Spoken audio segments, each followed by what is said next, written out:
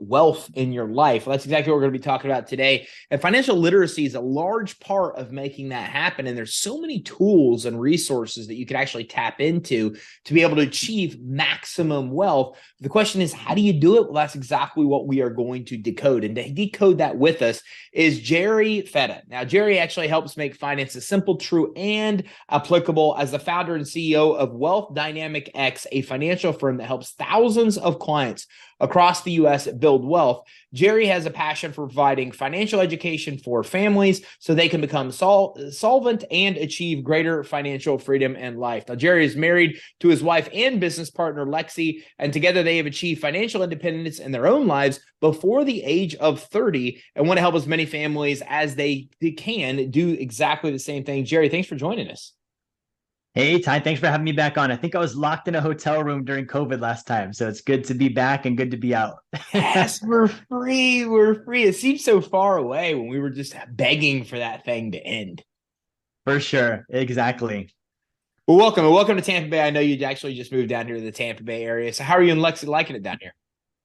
We're enjoying it. It's really nice. Beautiful weather fall time. I'm from Alaska originally, as you know, so it's nice to have, 70 degrees in January instead of -20 with 4 hours of daylight. It's a good change. Yeah, you definitely went on the opposite end of the spectrum for that. So As far as I could go. Yeah. So when we talk about wealth, what are some of the things I've seen you refer to are these pillars of wealth. So give me some insight there on that. What are kind of the pillars that you see of wealth to get you to the point that where you and your wife are now? That's a great question. So there's a few basics that are like, regardless of how you go about them, they need to happen, right? So the first one that we teach is actually called the triangle of wealth. And so if you think of a triangle, we have earn, save, and invest. And those are the 3 points that need to happen no matter what. I used to be a bodybuilder and personal trainer, and I kind of liken that to like, you can do all the fancy workouts and supplements, but at the end of the day, you need to eat less than you burn. You need to go to the gym and you need to exercise. And if you do those things, you're going to be okay. Right. So that's kind of the first pillar that I like to go over with people. And then the second one I call the big 3 daily challenge. This is 3 things everyone should do each day. And the first one is everyone should spend at least 10 minutes learning about money. Right. It's too important. It's too interlinked with every single aspect of our lives to not know how it works. We should all do something to earn additional income, the keyword there being additional. And then the third one is looking at our transactions, rating and reconciling. Where's the money actually going? And so those are kind of 2 daily triangles. If you think about, putting those in every day, those are my 2 big pillars. And there's a lot of, like I said, nuance and technicality and advanced stuff we can do. But at the very basic level, everyone should do those things. So what do you think are some of the best ways that we could actually save money? Because it doesn't seem like savings accounts and checking accounts. It doesn't really seem like that I'm getting much for a return there. So when you talk about earn, save, invest, when we talk about saving, like what are we doing? Are we putting money aside? And if so, where are we putting it?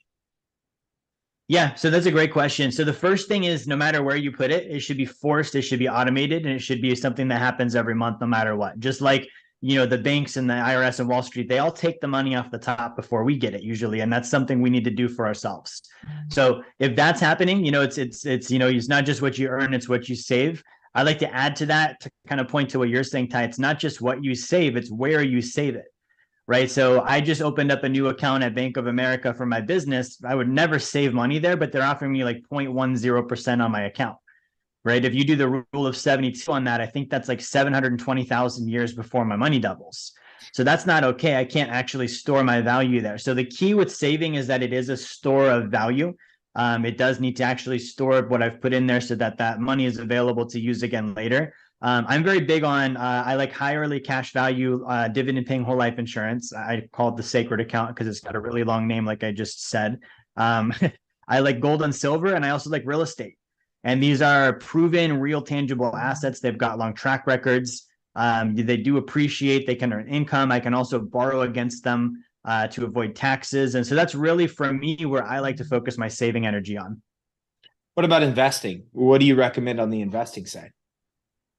Investing is interesting. I think for most people starting out, and this is what I did. I'm 30 now. When I first started investing, I was 18, 19. My very first investment was in a mutual fund. And that was the first investment I lost money on, right? I put money in, there was front end loads, there was fees. I didn't really understand how it worked. And then I needed it later to go buy a car. I cashed it out and I ended with less than I started with. And so I think that's something to look at with investing is there are a lot of places to invest. I think for most people, the first place is going to be in their own skill set, right? If I'm a salesperson, I need to learn sales. If I'm a marketer, I need to invest in marketing. If I'm in the trades, I need to invest in getting better at my trade. Before I start looking at how do I do real estate or how do I do stocks or how do I do whatever, right? So that's kind of my starting point. Second, I think for everyone is investing in financial literacy. Right. So the word invest, Ty, at its root, it actually means to clothe your capital. And so that's the origin of that word. So when I look at this, I look at, okay, if I'm clothing myself, just the same thing, but with money, right? I'm only going to wear clothes that I like, that I understand, that fit me, that fit my goals, right? They fit the things I'm going to use for. They're vital. They're not overpriced. And ultimately, they're things that I own. I'm not going to rent my clothing or have things that someone else can take away at any moment. And those are all the same qualifications I look at with an investment, whether it be real estate or stocks or anything. I'm going to run it through that qualification process to make sure all those boxes are checked. And if it checks all those boxes, it kind of doesn't matter what the investment is. Now, for me, I'm big in real estate. I really like income producing real estate. I think for the average person, especially if you're not already financially independent, investing for passive income is really the long play to become financially independent. You're no longer trading time for money at that point. Then we can start looking at the new exciting opportunities or the next crypto or angel investing or venture capital, whatever that next thing might be. That's more of a speculative play. But I think the average person lay that foundation of passive income first, invest in things that are real, tangible, reliable, that produce that income and make that your long game for the next 10, 15 years. Do you have a favorite kind of real estate that you like investing in? Yes, I do. So I'm very big into seller finance real estate. I've never been interested, I guess, in the landlording and property management. And so that part of investing in traditional rental real estate has always kind of detracted me from it. It's been interesting. I like the tax benefit of it. I like the income. I like the appreciation. But at the end of the day, it's got too high what I call a PITA factor, PITA, pain in the ass, right? So if the PITA factor on the investment's too high, it's not something I want to get involved in. So seller finance is kind of where I go with that. That allows me to get passive income from real estate more as the bank, right? Now, it's not like a private lender where I'm loaning money to a fund. I'm actually on the title of that property and I've got a real family living there that's paying me a mortgage payment. There's escrow and all that set up. And so I've got a lot of control, but I'm getting, passive income at a very high cap rate without having to get involved in fixing their toilet or getting phone calls from a management company or any of that, because at the end of the day, it's a mortgage relationship. They're in charge of their utilities, their taxes, their insurance, their repairs. And I really do get to play the bank in that scenario. So you really deal with residential real estate versus storage units, lands, all the other stuff that's out there. Yeah, more residential for me. I like the scale of that model, especially when you look at, the banks in the US. If you look at their lending portfolios, that's one of the most scalable investment models out there. And it's something most people don't think of, but, that's what a mortgage is. I live in a house, I make a mortgage payment to a bank. The bank can do that regardless of geographical location. So it allows me to be, if I want to be in all 50 states, I can. If I want to have thousands or tens or hundreds of thousands of properties, I can build that portfolio. And it gets rid of a lot of the logistics because it's as simple as the paperwork, the escrow, and having that management in place. And it doesn't have the same responsibility that might come with the storage unit or that might come with land investing. Not to say that those aren't great. That's just not my forte. I'm really looking at, I want to build top 1% wealth. And when I look at the top of the 1%, I see guys up there like Jamie Dimon. They're usually not individuals. They're corporations, and the best of the corporations typically are banks. So that's kind of where you're talking about whole life, for example. That's kind of where you could be the bank. Yeah. Somewhere. Yeah, you can kind of couple them up. The whole life insurance. Yeah, the whole life insurance is interesting. If you look at it from the standpoint of what banks actually do, banks keep about 20% of their tier one capital in whole life insurance. So for those that are listening and that don't know, tier one capital, that's like the most prized reserves of the bank, right? So they're going to have, the money that they keep, we would maybe call that an emergency fund. The money they're not going to spend on anything, they're going to keep that aside for a rainy day. That's their tier one capital. And so across the US, about 3,000 banks collectively have around $200 billion in whole life insurance cash value. So they're the number one owner and the number one purchaser of that type of life insurance. So, that allows me to literally mimic what they're doing. One of the most simple things that you can do as an investor is you can bypass middlemen in your life. You can look at, okay, the IRS, if they send me a tax refund, they're a middleman. They're keeping my money all year. Why don't I change my W-4 and get that money back? Or why don't I hire a tax planner and reduce my taxes? I just bypass them as the middleman. If I'm going to deposit money with the bank, they're going to loan it out to other people on a mortgage, and then they're going to take a percentage of their profits and stick that in whole life insurance. Why don't I just bypass the bank and do that myself? So, being your own bank with that, really, you can couple it up with the lending, which is very cool. I mean, you're really mimicking that strategy as closely as you possibly can. And what I love about that, Ty, and I think you're familiar with, is the ability to arbitrage. I can have money in that whole life insurance policy growing. It gives me a lot of benefits and protection. It grows tax-free. I can borrow against it. It's still growing while I borrow against it. And then I can use that same money to go do other things and earn the money on this location in the policy and outside the policy on the real estate. Yeah, I love it. It's like double dipping. And that, to me, there's a kind of business financing called securities financing where you can even leverage stocks and bonds and borrow against them for credit lines. Still earning the interest on the stocks and bonds. I just think that stuff is so ingenious because you're literally using your money two different places. When it comes to that, I'm just interested. What do you take the money out or borrow against? And then what do you invest it into? So I typically, I like to borrow against it. And basically what I look at with that is I invest that usually into a couple of things. So the first one is going to be getting rid of consumer debt if I have consumer debt.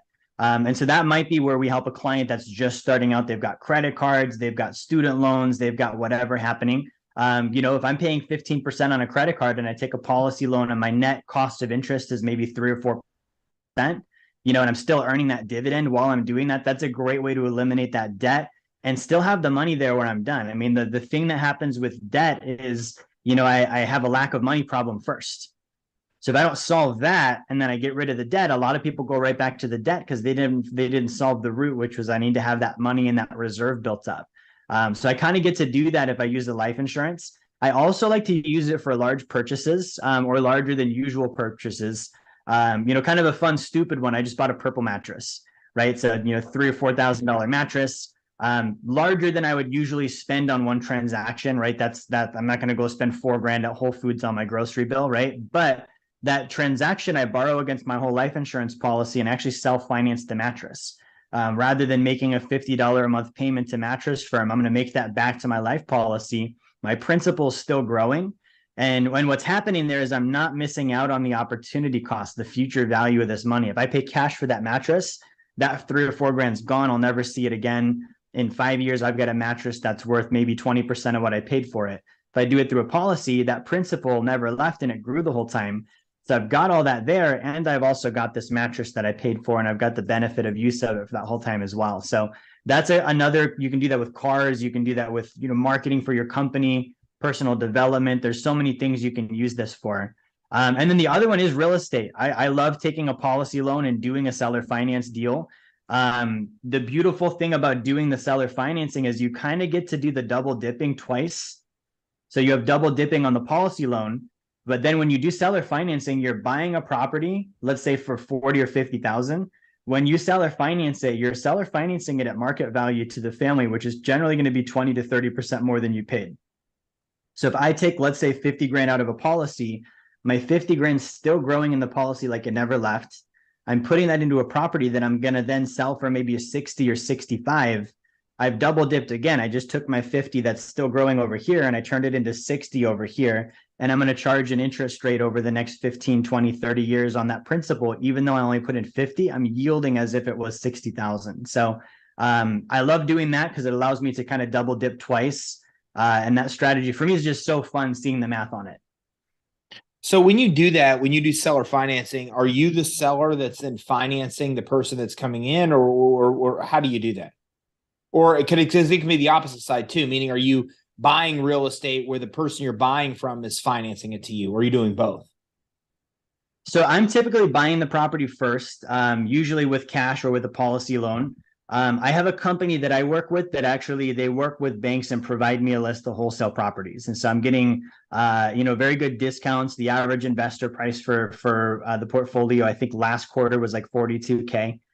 So between 40 and 50,000 is what I'm getting in at. And then generally the repairs are handled already too. This company for me, they handle the minimal essential repairs. We're not doing a full rehab. So that's an important thing to know. It's not Better Homes and Gardens. It's not HGTV. We're doing what is going to need to be done to pass inspection so that we can put this on market and sell it to a family legally. And so that's going to be minimal essential repairs. They're going to handle that. And then they're also going to handle finding the family for me. So I put the money in and the rest of it's very turnkey. That family generally is going to put down maybe $2,000 as a down payment, and they're going to finance the balance with me over the next 20 years at 12%. And again, that's on a higher amount than I bought at. So keep in mind, it's 12% of maybe 60 or 65 when I only put in 40 or 50 to begin with. So that's kind of the way I like to do it. It keeps it very passive for me. I like that aspect of it. For me, the purpose of investing is to free up my time and not have to trade it for money anymore. And that really, I can then go build businesses, or I can do charitable things or whatever that might be because I've got that freedom of time. So that's how I like to enter it. There are a couple other ways to do it, but for me, that's kind of the bread and butter, and it's a very turnkey system. That's a good system. Along that line, I'm interested to see, because you've talked about this a little bit. When you talk about debt, let's talk about borrowing money, or getting a loan. Do you think it's a good idea? Like, if I can get a loan at 3% and invest it and get 7-8%, do you ever play that game? Maybe I shouldn't call it a game, but you see what I'm saying. Yeah, I know what you mean. Yeah, I think it really depends on the person, right? There was a story that I was told by a mentor of mine that worked in Keller Williams Realty, and they had a speaking engagement where Dave Ramsey spoke. Right. So we've got Dave Ramsey. I used to be an endorsed local provider for Dave Ramsey in like 8 states. And so his message is never use debt, cancel the credit cards, cut them up. Gary Keller, who owns Keller Williams Realty, they had lunch and they were speaking, and Gary Keller was talking to Dave about his philosophy on debt. And he's like, hey, I don't really agree. I use debt. And Dave said, well, I don't. And they were drinking wine at the table. And so Gary Keller told Dave, he said, hey, the reason that you don't use debt would be the same reason an alcoholic shouldn't drink wine. It comes down to your behavior with the debt and your intelligence level with it. If you use it for smart things are going to happen. If you use it for dumb things are going to happen. So, I think if somebody's got the literacy level and the discipline to manage that debt and service it, then I think that that's a proven system. We can see time and time again people that use debt to leverage and expand their business. And then if someone makes mistakes or they're irresponsible with it, we can see time and time again as well stories of people that lose everything over it. We can't really blame the debt because it's inanimate and amoral, but we can blame the knowledge of the person, the level of responsibility that they had, and really whether or not they should have been using that debt in the first place. And I think that comes down to the individual. Yeah, and that's interesting. There is no right or wrong, right? And I talk about Dave Ramsey a lot because on the personal side, his audience makes perfect sense. Like, these are people that just cannot responsibly, typically. I'm not saying everybody follows Dave Ramsey's this way, right? But his avatar typically really struggles with managing credit cards, things like that. And then I'm in the business world, so Walmart, Apple, it's hard to name a company that hasn't got to where they are by wisely using other people's money to be able to get there. So I just always think that's such an interesting discussion.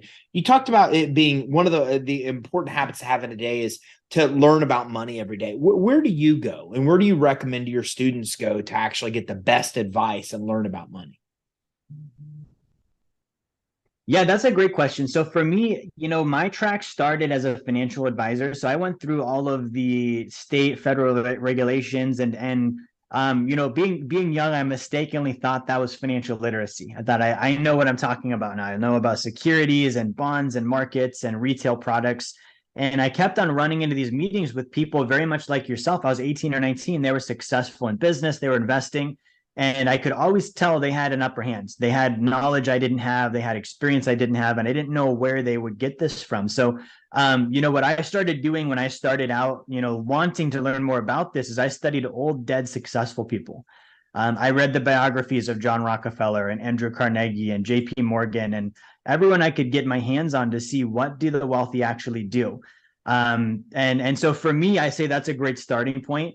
with my company, what we've done is I've done this since I was 18 years old. The last 12 years, I've condensed that, and we've got, several books and courses on this kind of material. So that's a condensed version. But if somebody's got the gumption to go read, John Rockefeller's biographer Titan, for example, probably will take you a month or two to get through, but there's a lot in there that's very helpful to understand.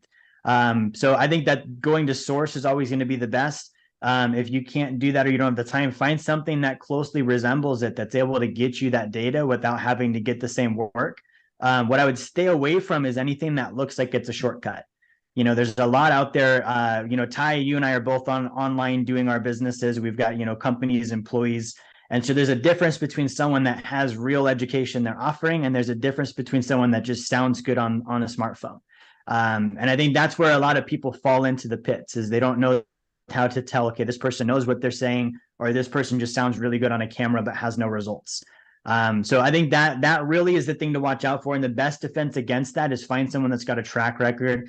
Even Bezos and Elon, they could mess up and lose everything before they die, right? And it would probably be a great story to learn from and see what happened if they did. But I could go learn 2 or 3 generations back from someone that went from A to Z, kept it all and left a legacy, and see, okay, what's the successful action that this person took, and what did they do all the way through the finish line? Yeah, I love that. It's great advice. You also mentioned earning additional income. You've talked about passive income multiple times. And you mentioned real estate. Some real estate may be the answer here, but what are some of the passive income? Because a lot of real estate requires cash to get into it. And a lot of people don't have the cash to get into it. I think that's the conundrum that a lot of people face getting into real estate. And maybe you can help us overcome that. But the question is what do you think are some of the best passive income opportunities to jump on right now if you're considering ways to earn additional income? Yeah, so my answer is going to be maybe a little unorthodox. Is I think you got to go active to get passive. I think there's way too much focus on how do we earn passive income when we're not there yet. Passive income from real estate, as you said, it requires a capital contribution. For me to do one of these seller finance deals, I have to have the 50 grand to do the deal. And so, where a lot of people get stuck is they think that, well, I've got to get passive income to get the passive income. And really, no. For if you go study the wealthy, they did sales, marketing, business, whatever the thing was, to earn enough income to actually get to that point. And that's very active. And so it's more of a game of, I'm going to maybe put in more time and more effort than I would expect, or maybe than my peers are doing, for a period, so that I can get to those passive opportunities, because most people don't ever actually get there. So I wouldn't necessarily be focused on passive. I would be focused more on what are things I can do that are maybe within my current set of skills, or they're very parallel or very symbiotic to the stuff I do already to earn income. That way it's not too distracting. It's not spreading me too thin. I think the other place people go wrong is they hear, the average millionaire has 7 income streams, and think, okay, I need to go start 7 things. No, you need to do the thing you're doing now and maybe 1 or 2 other things that really closely resemble that, so they feed off each other. And then later on, you can go open up number 4, 5, 6, 7 once you've got more of your time back. So that's kind of where my focus would be at. And that is from person to person. If I'm W-2 salary, there's no upward mobility. That might look like a side hustle. If I'm in sales, that probably just means more calls, right? If I'm in marketing, that means I need to maybe put some more ad spend, put some more content out there, and get more clicks, right? So whatever that thing is, it's probably more of the same, but it will be active for a period in order to get to that passive. That's good advice. Really good advice.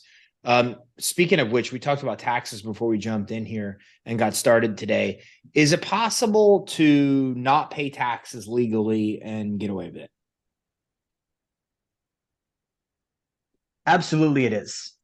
So, and it comes down to the tax code, right? So like people will file with H&R Block or with TurboTax or with their CPA, or I've heard my sister-in-law or my cousin does it, whoever does it.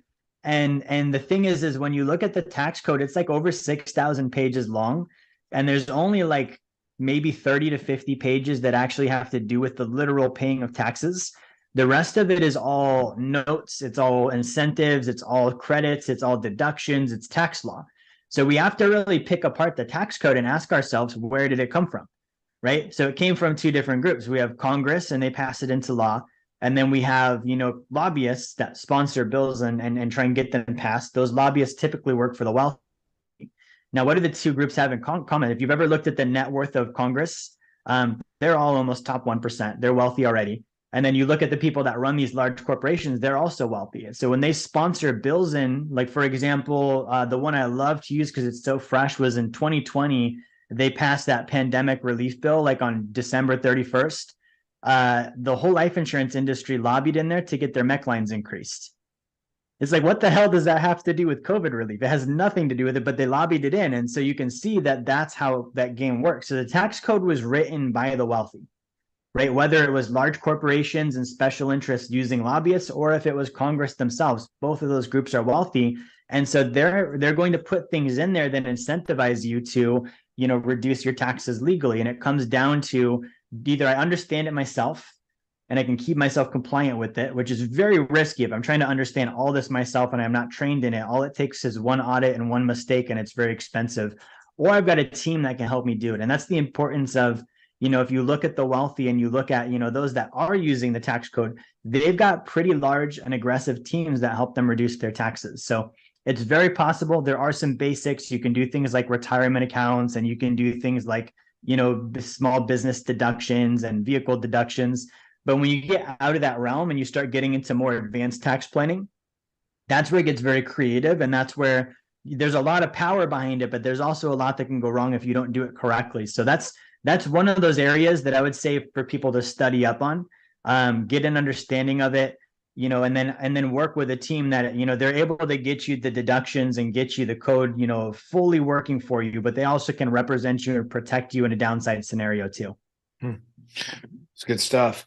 Jerry, what's some of your best advice that maybe we haven't dove into and covered yet for anybody that's really trying to achieve true wealth? Yes. So the big one that I always go back to, I was shown this graph. I think I was 21 or 22 years old, and it showed savings rates by wealth class. And what I learned from this is it showed the top 1% of wealth over the last 100 years. They on average save about 40% of their gross income.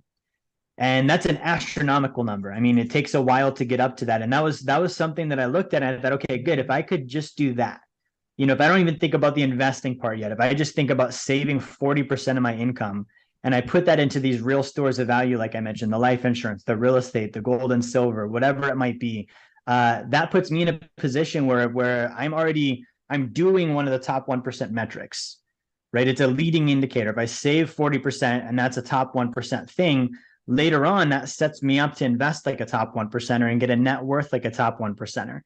So that's kind of the linchpin. I think most people, if they aggressively strive for that, and that's going to be a combination of obviously starting with something, you're not probably going to start at 40. Maybe some people will, but it's probably going to be you start at 5 and then you move it up to 10 and 15 and you inch it up as you can.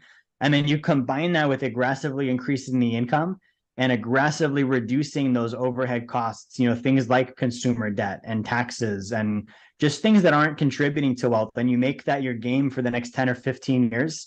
I think it's inevitable. I think anyone that does that is going to become financially independent at some point in time. It's just a matter of when. Sure. It's been great having you on today. I mean, really good stuff. I love what you talk about. And I'm so honored that you were to take the time to join us a second time here on the show. Where can everybody go to learn more, to be able to get, the financial literacy, to be able to learn more about wealth? And, we just scratched the surface. So dive in deeper to the principles that we talked about today. Where should they go? What should they do? Yeah, so if you're listening to the podcast or watching, I want to give away a free copy of my book. That's a great starting point. So if you go to jerryfetta.com/B2F, so it's the letter B, the number 2, the letter F, and then the word promo. So jerryfetta.com/B2F promo. You can grab a free copy of my book there. We're very active on social media. So we do a lot of content on TikTok. So if you just look at Jerry Fetta, JERRYFETTA, same thing on Instagram. Those are great places to follow. And we also always message back. I love questions. So, if you listen to the show, if you watch any of my content and you've got a question, send a DM. We're always going to respond, and make sure we get as much information in your hands as we can. Awesome. Jerry, thanks again for coming on. Awesome. Thank you so much, Ty. So listen, if you're listening and watching this, this is a big deal. what we do now determines the kind of life we're going to have after retirement. And being able to sell our business for, trillions of dollars isn't really a practical exit solution for a lot of us, because statistically it doesn't happen a lot. Even though we think we're building a very valuable enterprise, oftentimes we don't sell it, or don't sell it at all, or don't sell it for what we'd like to earn or be able to make. Definitely in a lot of cases, not enough to be able to retire on. So we've got to start taking action on these things now to be able to have true wealth, true financial independence. So the best steps to take, and I'm going to put these on the show resources page, is first of all, go grab Jerry's book. If you go right to the link that he gave you, which is jerryfetta.com, and that's JERRYFETTA.com / the letter B like Bravo, 2, the number 2, F, promo, then you're able to get the Blueprint to Financial Freedom, his book, for free. All you have to do is go right there. You're able to get Jerry's book for free. So take that step. Make sure that you take that step. And also make sure you go to wealthdynamics.com as well, because all their social media links are right at the top right. Ton of financial education right here as well. And that's Wealth Dynamics, which is DYNAMX.com. So make sure you check out those resources, but make sure you grab the book for free. All you have to do is go to the Blueprint to Financial Freedom to be able to grab it right now. Order now for, yep. And all you have to do is just cover the shipping and it's yours. I'm actually going to go do that as soon as we wrap up. So make sure you check out jerryfetta.com / B2F promo, and make sure you grab your free book, The Blueprint to Financial Freedom. Thanks for tuning in.